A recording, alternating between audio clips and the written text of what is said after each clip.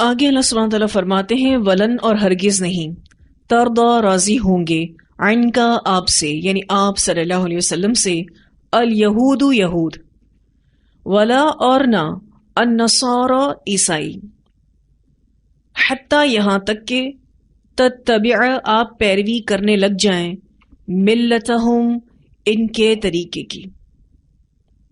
اس آیت میں اللہ سبحانہ تعالیٰ یہود و نصارہ کے بارے میں بتا رہے ہیں کہ یہ یہود و نصارہ آپ صلی اللہ علیہ وسلم سے کبھی خوش نہیں ہوں گے یہاں تک کہ آپ صلی اللہ علیہ وسلم ان کے دین کو قبول کر لیں، لہٰذا انہیں خوش رکھنے کی فکر چھوڑ دیجئے، آپ صلی اللہ علیہ وسلم بس اللہ کی رضا طلب کریں اور ان کے سامنے دین حق کو پیش کریں جو نبی اکرم صلی اللہ علیہ وسلم کو دے کر بھیجا گیا ہے، اور جس کے علاوہ کوئی بھی دین حق نہیں۔ ان کی دشمنی یعنی یہود و نصارہ کی دشمنی آپ صلی اللہ علیہ وسلم کو ہرگز نقصان نہیں پہنچائے گی۔ یہاں جو بات ہوئی حتی تتبع ملتہم، جب تک آپ صلی اللہ علیہ وسلم ان کی ملت کی پیروی نہیں کریں گے یہ آپ سے خوش نہیں ہوں گے۔ یہاں ملت سے مراد وہ دین نہیں جو تورات اور انجیل میں موجود ہے، بلکہ اس سے مراد وہ خرافات ہیں جو انہوں نے دین میں شامل کر دی تھی، جنہیں لوگوں نے دین سمجھ رکھا تھا، اور اس سے مراد ان کے وہ رنگ ڈھنگ بھی ہیں جو یہ اختیار کیے ہوئے تھے، یعنی وہ طور طریقے جو یہ اپنائے ہوئے تھے۔ اللہ تعالیٰ نے نبی اکرم صلی اللہ علیہ وسلم سے فرمایا کہ آپ ان کو خوش کرنے کی فکریں نہ کریں، کیونکہ جب تک آپ صلی اللہ علیہ وسلم ان کے عقائد اور اعمال کی پیروی نہیں کریں گے یہ آپ سے راضی ہوں گے ہی نہیں، یہ آپ سے خوش ہوں گے ہی نہیں۔ قل کہہ دیجئے ان ھدی اللہ، بے شک ہدایت اللہ کی، هو الہدا، وہی ہے جو ہدایت ہے، یعنی اللہ کی ہدایت ہی اصل ہدایت ہے۔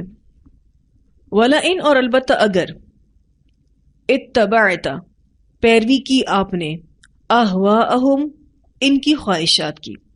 وَلَئِن کا جو لفظ ہے یہ 3 لفظوں کا مجموعہ ہے، وا لا ان، وَلَئِن، وا کا ترجمہ اور لا کا ترجمہ البتہ اور ان کا ترجمہ اگر، اور البتہ اگر اتبعت پیروی کی آپ نے، یعنی آپ صلی اللہ علیہ وسلم نے، اہواءہم ان کی خواہشات کی۔ کن کی خواہشات کی؟ یہود و نصارہ کی خواہشات کی۔ اہواء کا جو لفظ ہے ہا واو یا سے ہے، معنی اوپر سے نیچے گرانا، لیکن آپ یہاں دیکھ رہے ہیں کہ ترجمے میں خواہشات کا معنی دیا ہوا ہے، وہ اس لیے کہ خواہشات کی پیروی انسان کو اوپر سے نیچے گرا دیتی ہے، یعنی رسوا کر دیتی ہے۔ وَلَئِنِ اتَّبَعْتَ أَهْوَاءَهُمْ، اور البتہ اگر پیروی کی آپ نے ان کی خواہشات کی، بعد الذی، بعد اس کے جو، جاءک آیا آپ کے پاس، من العلم علم سے۔ اللہ سبحانہ تعالیٰ فرماتے ہیں کہ اگر آپ صلی اللہ علیہ وسلم علم آ جانے کے بعد ان کی خواہشات کی پیروی کریں گے، یہاں پر العلم سے مراد خاص علم ہے، یعنی دین کا علم جو وحی کے ذریعے اترا ہے۔ مالکا نہیں ہوگا آپ کے لیے، من اللہ اللہ سے، یعنی بچانے والا، من ولی کوئی دوست، ولا نصیر اور نہ کوئی مددگار۔ اگر نبی اکرم صلی اللہ علیہ وسلم نے علم آ جانے کے بعد ان کی خواہشات کی پیروی کی تو آپ صلی اللہ علیہ وسلم کو اللہ سے بچانے والا کوئی حمایتی یا مددگار نہ ہوگا۔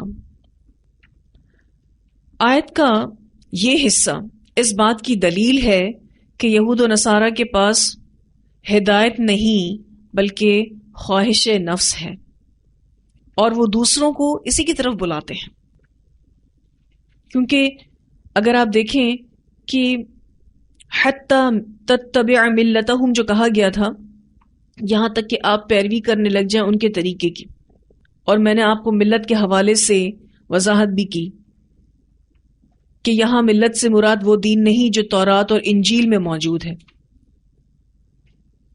اس سے مراد وہ خرافات ہیں، وہ رنگ ڈھنگ ہیں، وہ عقائد ہیں، وہ اعمال ہیں جو یہ اپنائے ہوئے تھے، اختیار کیے ہوئے تھے.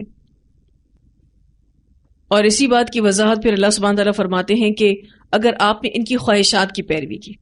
اس سے کیا پتہ چلتا ہے کہ یہود و نصارہ کے پاس ہدایت نہیں بلکہ خواہش نفس ہے، اور وہ دوسروں کو اسی کی طرف بلاتے ہیں.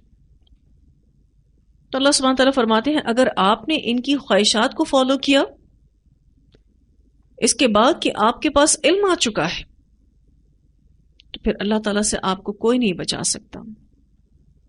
بات تو نبی اکرم صلی اللہ علیہ وسلم سے کی جا رہی ہے، لیکن یہاں امت مسلمہ کے لیے شدید وعید بیان کی گئی ہے. اس طرح کا انداز اللہ تعالیٰ قرآن پاک میں کئی جگہ پر اختیار کریں گے کہ مخاطب تو نبی اکرم صلی اللہ علیہ وسلم سے ہوں گے، لیکن میسج امت کو دینا مطلوب ہوگا. اس سے حکم کی شدت بھی پتہ چلتی ہے کہ کسی بڑے کو کہہ کر اس کے فالوورز کو سنایا جا رہا ہوتا ہے.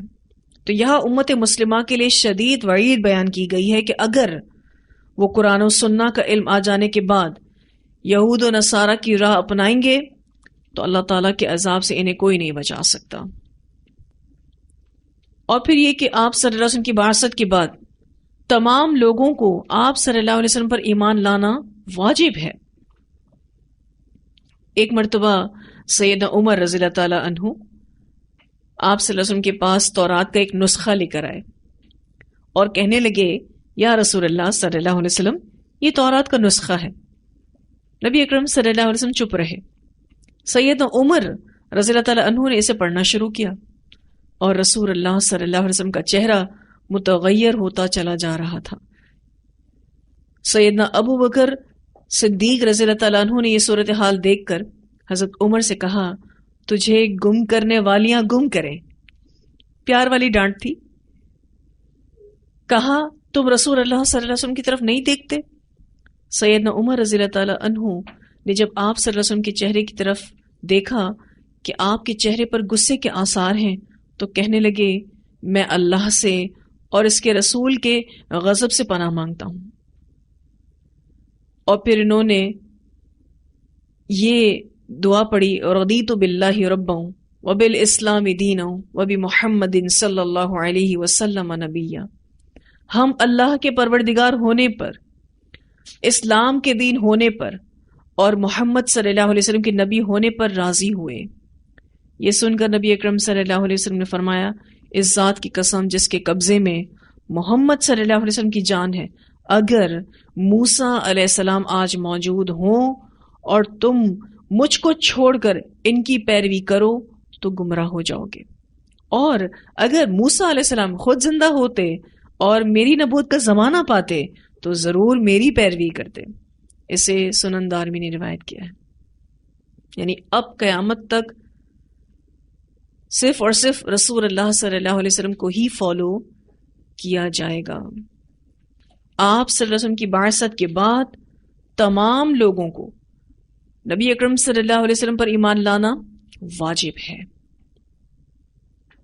قرآن اور سنت سے جڑنا لازم ہے، اس کے بغیر نجات نہیں ہے. تو خلاصہ یہ ہے کہ کامیاب وہ لوگ ہیں جو قرآن اور سنت سے جڑے رہیں اور اس دین پر عمل کرنے اور آگے پہنچانے کی کوشش کریں، پھر اللہ ان کی حفاظت بھی کرے گا. اس بارے میں ایک روایت بھی آتی ہے، نبی اکرم صلی اللہ علیہ وسلم نے فرمایا میری امت کی ایک جماعت ہمیشہ حق پر لڑتے ہوئے غالب رہے گی، ان کی مخالفت کرنے والے ان کو کوئی نقصان نہیں پہنچا سکیں گے حتیٰ کہ قیامت آ جائے گی. اس سے مسلم نے روایت کیا. یعنی ایک جماعت نبی اکرم صلی اللہ علیہ وسلم کی امت میں سے ایسی ہوگی جو حق پر قائم ہوگی اور حق کے لیے جہاد کرے گی، لڑتی رہے گی. جو بھی ان کی مخالفت کرے گا اللہ سبحانہ تعالیٰ اس جماعت کو ان سے محفوظ رکھے گا یہاں تک کہ قیامت آ جائے گی. تو اس آیت میں بات تو یہ ہو رہی تھی کہ آپ صلی اللہ علیہ وسلم سے یہود اس وقت تک راضی نہ ہوں گے جب تک نبی اکرم صلی اللہ علیہ وسلم ان جیسا عقیدہ اور عمل نہ اپنا لیں۔ آج مسلمانوں کا بھی یہود جیسا حال ہے۔ اگر آپ ان جیسا عقیدہ جیسا کہ وہ رکھتے ہیں، ان جیسا عمل جیسا کہ وہ عمل کرتے ہیں نہ اپنائے تو آپ سے خوش نہیں ہوتے، آپ کی حوصلہ افزائی نہیں کرتے۔ لوگوں کی پرانی نفسیات یہ ہے کہ لوگ سچائی کو لوگوں کی آنکھوں سے دیکھتے ہیں، اپنی آنکھوں سے نہیں دیکھتے۔ اور یہ آیت ہماری آج کل کی دنیا سے بہت ریلیونٹ ہے۔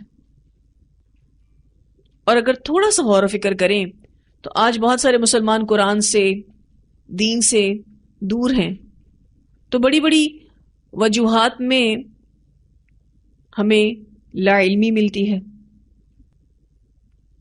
کہ لا علمی کی وجہ سے آج کا مسلمان قرآن سے، دین سے دور ہے۔ پھر ایک اور بڑی وجہ فرقہ واریت، جس کی وجہ سے آج مسلمان قرآن سے، دین سے دور ہے۔ پھر ایک اور بڑی وجہ اندھی تقلید، بلائنڈلی فالو کرنا، لوگ دین سے، قرآن سے دور ہیں۔ اب جب آپ اللہ کا دین خالص علمی بنیاد پر، دلیل کی بنیاد پر، بغیر کسی گروہ بندی اور تعصب کے خلوص کے ساتھ پیش کریں گے تو بھی آپ کو مخالفتیں پیش آئیں گی، لوگ آپ سے راضی نہیں ہوں گے، خاص طور پر وہ لوگ جو گروہ بندی اور تعصب کا شکار ہوں، وہ تو بالکل بھی خوش نہیں ہوں گے آپ سے۔ نبی اکرم صلی اللہ علیہ وسلم کو ہی دیکھ لیجئے، رسول اللہ صلی اللہ علیہ وسلم حق لے کر آئے، لیکن لوگوں نے آپ صلی اللہ علیہ وسلم کا انکار کیا، آپ صلی اللہ علیہ وسلم کو غلط کہا، آپ صلی اللہ علیہ وسلم سے راضی نہیں ہوئے۔ تو اللہ تعالیٰ نے کہا کہ آپ ان کو راضی کرنے کی کوششیں نہ کریں، آپ کس کو راضی کریں؟ اللہ کو راضی کریں۔ تو دین لوگوں کو راضی کرنے کا نام نہیں، بلکہ اللہ کو راضی کرنے کا نام ہے۔ اگر کسی نے اللہ کو ناراض کیا اور لوگوں کی خواہشات کو فالو کیا بعد اس کے کہ اس کے پاس العلم آ گیا، تو اللہ سبحانہ تعالیٰ فرماتے ہیں مَا لَكَ مِنَ اللَّهِ مِن وَلِيٌّ وَلَا نَصِيرٌ، پھر ایسے شخص کو اللہ سے کوئی نہیں بچا سکتا۔ آگے اللہ سبحانہ تعالیٰ فرماتے ہیں الذین، وہ لوگ آتیناہم الکتاب، دی ہم نے ان کو کتاب۔ الذین سے مراد یہاں پر اہل کتاب ہیں، یعنی یہود و نصارہ، اور دوسری مراد رسول اللہ صلی اللہ علیہ وسلم کے صحابہ کرام ہیں۔ الذین آتیناہم الکتاب، وہ لوگ دی ہم نے ان کو کتاب، یتلونہ، وہ تلاوت کرتے ہیں اس کو، حق کا، جیسا کہ حق ہے، تلاوتی، اس کی تلاوت کا۔ اب یہاں پر اللہ سبحانہ تعالیٰ اہل کتاب کے اعمال بد کا ذکر کرنے کے بعد، یعنی ان کے برے اعمال کے ذکر کرنے کے بعد، اب ان میں سے جو نیک اور اللہ سے ڈرنے والے ہیں ان کا ذکر کر رہے ہیں۔ جیسا کہ میں نے آپ سے کہا کہ الذین سے مراد اہل کتاب ہیں، اور اہل کتاب کون؟ یہود و نصارہ۔ یہودیوں میں سے کچھ تھوڑے سے لوگ انصاف پسند بھی تھے، جو اپنی کتاب کو نیک نیتی سے پڑھتے تھے اور سمجھتے تھے۔ ایسے ہی لوگ پھر نبی اکرم صلی اللہ علیہ وسلم پر ایمان بھی لائے۔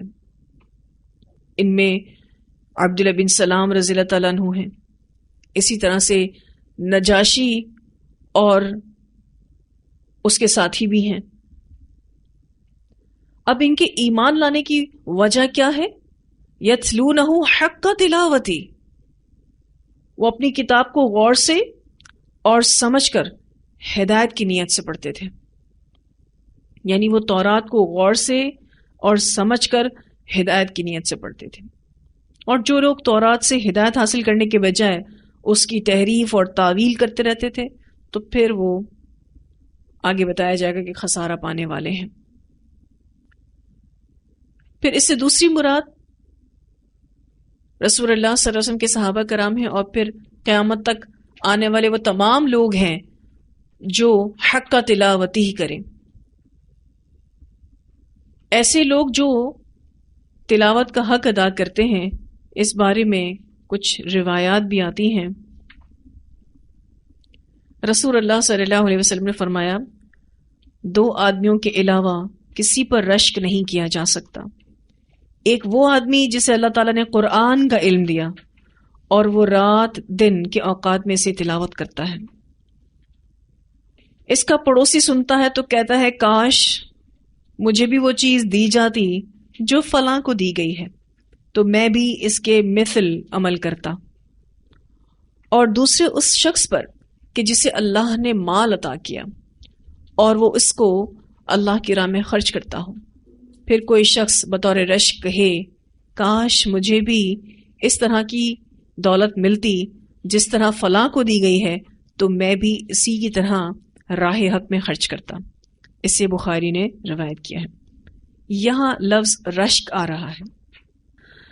رشک کا معنی ہوتا ہے کسی کی نعمت دیکھ کر اپنے لیے فضل مانگنا، لیکن دل میں یہ خیال نہ آنا کہ اس سے چھن جائے. کیونکہ رشک جیسی ہی ایک اور چیز ہے حسد، جس میں کسی کی نعمت کو دیکھ کر اپنے لیے اس نعمت کا چاہنا اور ساتھ میں یہ بھی چاہنا کہ فلاں سے وہ نعمت چھن جائے. رشک جو ہے یہ پازیٹیو وے میں آپ کسی کی نعمت کو دیکھتے ہیں اور اپنے لیے بھی اس کا سوال کرتے ہیں، لیکن حسد میں نیگیٹیوٹی کے ساتھ کسی کی نعمت کو دیکھ کر اور خود کے لیے وہ چاہ رہے ہوتے ہیں لیکن ساتھ میں یہ بھی چاہ رہے ہوتے ہیں کہ اللہ اس سے چھین لے. اب یہاں پر اللہ سبحانہ تعالیٰ نے اس حدیث میں ہماری رہنمائی کی کہ 2 لوگوں پر رشک کیا جا سکتا ہے. ایک وہ جس کے پاس قرآن کا علم ہے اور وہ دن رات اس ایکٹیویٹی میں بزی ہے، تو آپ اس پر رشک کریں اور کہیں کہ اللہ تعالیٰ ہمیں بھی ایسا موقع دے کہ ہم رات دن قرآن کا کام کریں. اور دوسرا وہ شخص جس کو اللہ نے مال دیا اور وہ فی سبیل اللہ خرچ کرنے میں لگا ہوا ہے، تو انسان کہے کہ اللہ مجھے بھی اتنا مال ملے تو میں تیرے راستے میں خرچ کروں. ہم رشک کن پر کرتے ہیں؟ جن کے پاس اچھا گھر ہو، جس کی کہیں اچھی جگہ شادی ہو گئی ہو. آج کل تو رشک کرنے کا سٹینڈرڈ اتنا گر گیا کہ اگر کسی کے پاس کوئی اچھا فون ہوتا ہے تو کہتے ہیں ہائے میرے پاس ہوتا. یعنی دنیاوی نعمتوں کو دیکھ کر ہم رشک کرتے ہیں. آپ رشک کر سکتے ہیں پر ان 2 چیزوں پر. ایک اور روایت آتی ہے، سیدنا ابو موسیٰ اشعری رضی اللہ تعالیٰ عنہ بیان کرتے ہیں کہ رسول اللہ صلی اللہ علیہ وسلم نے فرمایا وہ مومن جو قرآن پڑھتا ہے اور اس پر عمل کرتا ہے ایسے ہے جیسے ترنجبین. ترنجبین کہتے ہیں ایسا مشروب جو شہد اور لیموں سے بنتا ہے. تو آپ صلی اللہ علیہ وسلم نے فرمایا کہ وہ مومن جو قرآن پڑھتا ہے اور اس پر عمل کرتا ہے ایسے ہے جیسے ترنجبین کہ جس کا مزہ بھی اچھا اور خوشبو بھی اچھی. اور جو مومن قرآن نہیں پڑھتا لیکن اس پر عمل کرتا ہے ایسے ہے جیسے کھجور کہ مزہ تو اچھا ہے لیکن خوشبو کچھ نہیں. اسے بخاری نے روایت کیا ہے. اس حدیث میں 2 طرح کے مومنین کا ذکر کیا گیا ہے. ایک وہ جو قرآن پڑھتا ہے، سمجھتا ہے اور پھر عمل کرتا ہے، اور دوسرا وہ جو قرآن کو ڈیٹیلز میں تو نہیں پڑھتا لیکن پھر بھی تھوڑا بہت پڑھ کے اس پر عمل کرتا ہے. پڑھنے کا فرق ہے تو عمل کی کوالٹی میں بھی فرق آ رہا ہے اور اسی لیے مثالیں بھی فرق دی گئیں. پھر ایک اور روایت ہے، سیدنا حذیفہ رضی اللہ تعالیٰ عنہ بیان کرتے ہیں کہ رسول اللہ صلی اللہ علیہ وسلم کا جب آیت رحمت سے گزر ہوتا تو اللہ تعالیٰ سے رحمت کا سوال کرتے، اور جب آیت عذاب کی تلاوت کرتے تو اللہ تعالیٰ کے عذاب سے پناہ مانگتے. اس سے مسند احمد نے روایت کیا ہے. یعنی حق کا تلاوتی یہ ہے کہ جب ہم ایسی آیتوں سے گزریں کہ جہاں اللہ کی رحمت کا بیان ہے تو ہم سب کو چاہیے کہ ہم اللہ کی رحمت مانگیں، اور جب ہم ایسی آیات سے گزریں کہ جہاں عذاب الہی کی بات ہو رہی ہے تو ہم اللہ کے عذاب سے پناہ مانگیں. تو جو لوگ حق کا تلاوتی کریں وہی صحیح معنوں میں اس پر ایمان لانے والے ہیں۔ اللہ سبحانہ تعالیٰ فرماتے ہیں اولئک یؤمنون بہ، یہی لوگ ایمان رکھتے ہیں ساتھ اس کے، یعنی اس قرآن کے۔ ومن، اور جو کوئی یکفر کفر کرے گا بھی ساتھ اس کے، فاولئک، تو یہی لوگ ہم الخاسرون، وہ خسارہ پانے والے ہیں۔ جو لوگ بھی اس قرآن کا انکار کریں، اس دین حق کا انکار کریں، تو در حقیقت خسارے پانے والے وہی لوگ ہیں۔ اس بارے میں ایک روایت آتی ہے، نبی اکرم صلی اللہ علیہ وسلم نے فرمایا، اس ذات کی قسم جس کے ہاتھ میں محمد صلی اللہ علیہ وسلم کی جان ہے، اس امت میں سے یعنی اس زمانے کا کوئی ایک یہودی یا عیسائی یا کوئی اور دین والا اگر میرے بارے میں سنے اور اس حالت میں مرے کہ وہ میرے ساتھ ایمان نہ لائے تو وہ جہنم رسید ہوگا۔ اسے مسلم نے روایت کیا ہے۔ وَمَن يَكْفُرْ بِهِ فَأُولَئِكَ هُمُ الْخَاسِرُونَ، یعنی جو نبی اکرم صلی اللہ علیہ وسلم پر ایمان نہیں لائے گا، آپ پر آنے والی کتاب کا انکار کرے گا، اس دین حق کا انکار کرے گا، تو ایسا شخص جہنم رسید ہوگا۔ اب جو بھی شخص اللہ کی کتاب کو بغیر کسی تعصب کے، بغاوت کے، ضد اور انا کے پڑھے گا تو حق اس پر ضرور واضح ہوگا۔ آج بھی جو لوگ فرقہ واریت سے، گروہ بندیوں سے اٹھ کر ہدایت حاصل کرنے کی نیت سے قرآن پڑھتے ہیں تو اللہ ان پر حق کو واضح کرتا ہے، لیکن جو شخص اس کو اس نیت سے پڑھے کہ میری خواہشات اور میری رائے کے مطابق جو عمل ہوگا میں اس کو لے لوں گا اور باقی سب پہ میں عمل نہیں کروں گا، تو پھر ایسے لوگوں کو ہدایت نہیں ملتی۔ سوال یہ پیدا ہوتا ہے کہ ہم حق کا تلاوتی ہی کیسے ادا کریں، قرآن کے ساتھ ہمارا معاملہ کیسا ہونا چاہیے؟ سب سے پہلے جو قرآن کا حق ہے وہ یہ کہ اس پر ایمان لایا جائے۔ کیا ایمان لایا جائے؟ کہ یہ اللہ کی طرف سے ہے، یہ حق ہے، یہ سچ ہے۔ پھر اس کو تجوید کے ساتھ پڑھا جائے، یعنی جس لب و لہجے کے ساتھ اللہ تعالیٰ نے قرآن پاک کو اتارا ہے اسی میں اس قرآن کو پڑھا جائے، یہ اس کا دوسرا حق ہے۔ پھر تیسرا حق کہ اس پر غور و فکر کیا جائے، اس کو سمجھا جائے۔ چوتھا حق کہ اس پر عمل کیا جائے۔ پانچواں حق کہ لوگوں تک اس کو پہنچایا جائے۔ چھٹا حق کہ کتاب الہی کے حلال کو حلال اور حرام کو حرام سمجھا جائے، یعنی قرآن میں جن چیزوں کو حلال کہا گیا ہے اس کو حلال سمجھیں، جن چیزوں کو حرام کہا گیا اس کو حرام سمجھیں۔ ساتواں حق کہ اس میں تحریف نہ کی جائے، اس میں کسی قسم کا رد و بدل نہ کیا جائے، کوئی چینجز نہ کی جائیں۔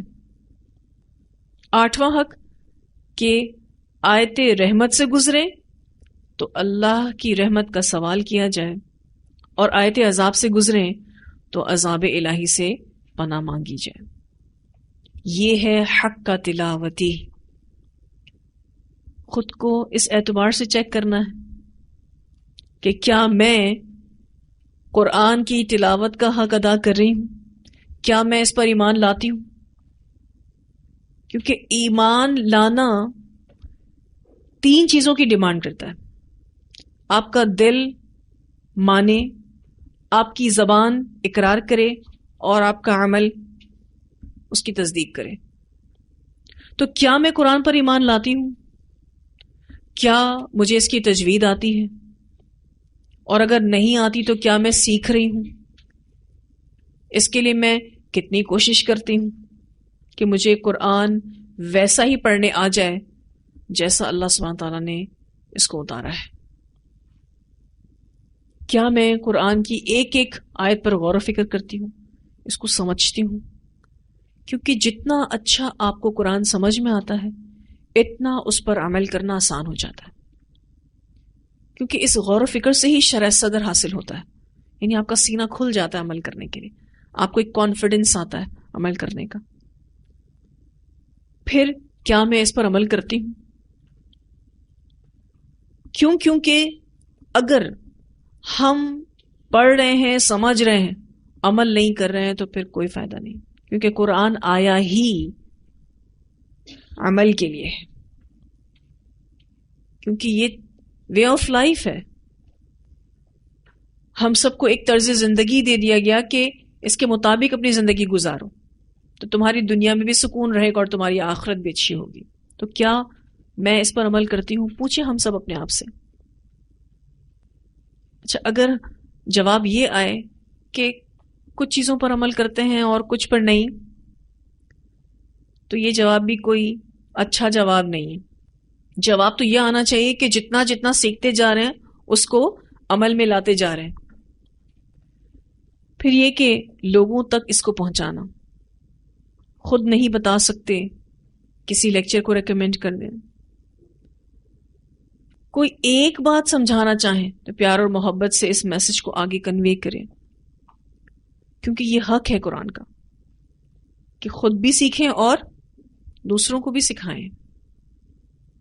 پھر جو حلال اور حرام کی وضاحت قرآن میں ہے اس کو ویسے ہی لینا، اس میں کسی قسم کی تبدیلی نہ کرنا.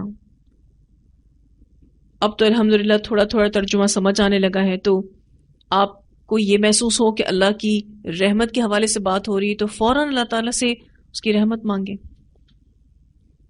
یہی تو قرآن کو سمجھ کر پڑھنے کا فائدہ ہے. پتہ چل جاتا ہے کون سی آیت آ رہی ہے، اسی کے حساب سے پھر ہم دعائیں بھی کرتے ہیں. عذاب کی بات ہو رہی ہے تو پناہ مانگے کہ اللہ تیرا عذاب انتہائی شدید ہے، سخت ہے، تو ہمیں اس عذاب سے بچانا. تو قرآن کا حق ادا کرنے کے حوالے سے خود سے سوال کریں. جب ہم خود کو پوائنٹ آؤٹ کرتے ہیں، جب ہم خود سے سوال کرتے ہیں، تو جواب نہ آنے کی صورت میں آپ کو بے چینی لاحق ہوگی. جب آپ خود سے کوئی سوال کرتے ہیں اور کوئی جواب نہیں آتا، یا درست جواب نہیں آتا، یا اچھا جواب نہیں آتا، تو آپ کو بے چینی لاحق ہوگی. یاد رکھیے گا کہ ہر چیز کے حصول کے لیے کوشش ضروری ہے، اور کوشش بھی صحیح سمت میں، رائٹ ڈائریکشن میں. یہاں آیت نمبر 120 اور 121 میں 3 اہم ترین لفظ ہیں. آیت نمبر 120 میں آپ دیکھیے الہدا کا لفظ آیا، اس کو سرکل کیجیے. پھر العلم کا لفظ آیا، اس کو سرکل کیجیے. پھر آیت نمبر 121 میں الکتاب کا لفظ آیا، اس کو سرکل کیجیے. ان 2 آیات میں یہ 3 بڑے اہم لفظ آئے ہیں جو ایک دوسرے سے جڑے ہوئے ہیں: الہدا، العلم اور الکتاب. یعنی جو ہدایت چاہتا ہے تو اس کے لیے العلم ضروری ہے، اور العلم کی بنیاد الکتاب ہے. العلم اور الکتاب کے بغیر ہدایت نہیں مل سکتی. میں اس کو ال کے ساتھ اس لیے پڑھ رہی ہوں کیونکہ یہاں خاص علم کی بات ہو رہی ہے اور خاص کتاب کی بات ہو رہی ہے. تو العلم اور الکتاب کے بغیر ہدایت نہیں مل سکتی. تو یہاں الحمدللہ ہمارے یہ لیسن مکمل ہوا. ان آیات کی تلاوت سن لیتے ہیں. وَلَن تَرْضَىٰ عَنكَ الْيَهُودُ وَلَا النَّصَارَىٰ حَتَّىٰ تَتَّبِعَ مِلَّتَهُمْ قُلْ إِنَّ هُدَى اللَّهِ هُوَ الْهُدَىٰ وَلَئِنِ اتَّبَعْتَ أَهْوَاءَهُم بَعْدَ الَّذِي جَاءَكَ مِنَ الْعِلْمِ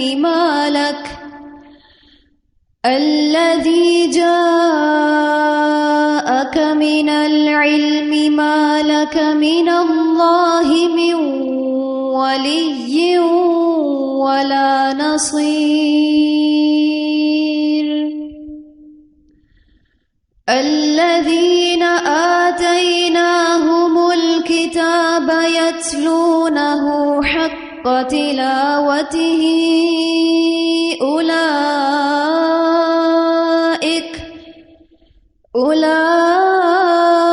أولئك يؤمنون به ومن يكفر به فأولئك هم الخاسرون.